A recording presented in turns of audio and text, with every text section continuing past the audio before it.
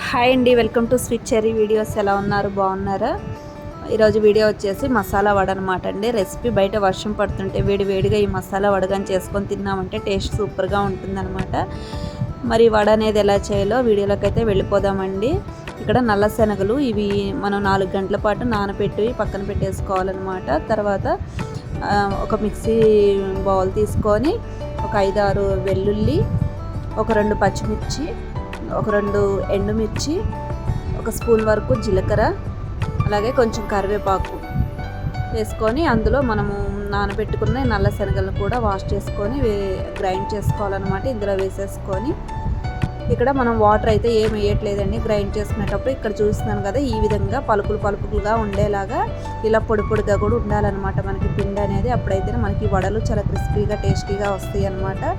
ఈ విధంగా పలుకులుగా ఉండేలాగా గ్రైండ్ చేసుకొని ఇందులో కొంచెం ఒక 1/2 టీ స్పూన్ వరకు సాల్ట్ మన టేస్ట్కి సరిపడా వేసుకొని అందులో ఒక పెద్ద ఆనియన్ సన్నగా కట్ చేసి వేసుకొని కొంచెం కరివేపాకు, కొత్తిమీర, పుదీనా, అలాగే ఒక పచ్చిమిర్చి సన్నగా కట్ చేసుకొని ఇప్పుడు ఆ ఆనియన్స్లో ఉన్న వాటర్, ఆ ఉల్లిపాయలో ఉన్న వాటర్ అంతా బయటకు వచ్చేలాగా మనము గట్టిగా పిండిని అయితే ఈ విధంగా మిక్స్ చేసుకోవాలన్నమాట. అంతా మనం వాటర్ వేయకుండానే మనకి కన్సిస్టెన్సీలో ఆనియన్లో ఉన్న వాటర్తోనే మనకు సరిపోతుంది. ఒకసారి ఇలా పిండిని ఇలా రౌండ్గా ముద్దలాగా చేసి చూసుకుంటే మనకి తెలుస్తుంది అనమాట. లేదు రావట్లేదు ముద్దగా అనుకుంటే కొంచెం బియ్యం పిండి యాడ్ చేసుకోండి.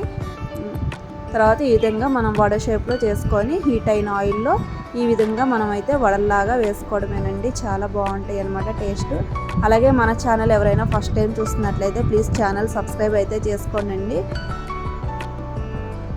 ఈ విధంగా మిగిలిన పిండి కూడా వడల్లాగా ఈ విధంగా వేసుకోవాలన్నమాట. మనం ఇక్కడ ఫ్లేమ్ అనేది లో టు హై ఫ్లేమ్లో అడ్జస్ట్ చేసుకుంటూ నిదానంగా ఈ వడలను అయితే మనము ఫ్రై చేసుకోవాలండి. లేదంటే లోపల ఉండే పిండి మాత్రం మనకి పచ్చిగా ఉంటుంది. అలా కాకుండా నిదానంగా ఫ్రై చేసుకుంటేనే మనకి ఇవి బాగా ఫ్రై అవుతాయి అన్నమాట.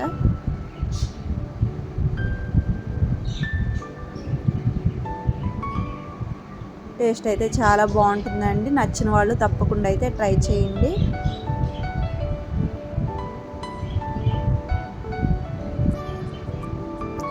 ఇక మిగతా పిండి కూడా ఇదే విధంగా ఇలా వడల్లాగా ప్రెస్ చేసేసుకొని మిగతా పిండి కూడా ఇలా ఆయిల్లో ఫ్రై చేసేసుకోవటమేనండి వడల్లాగా.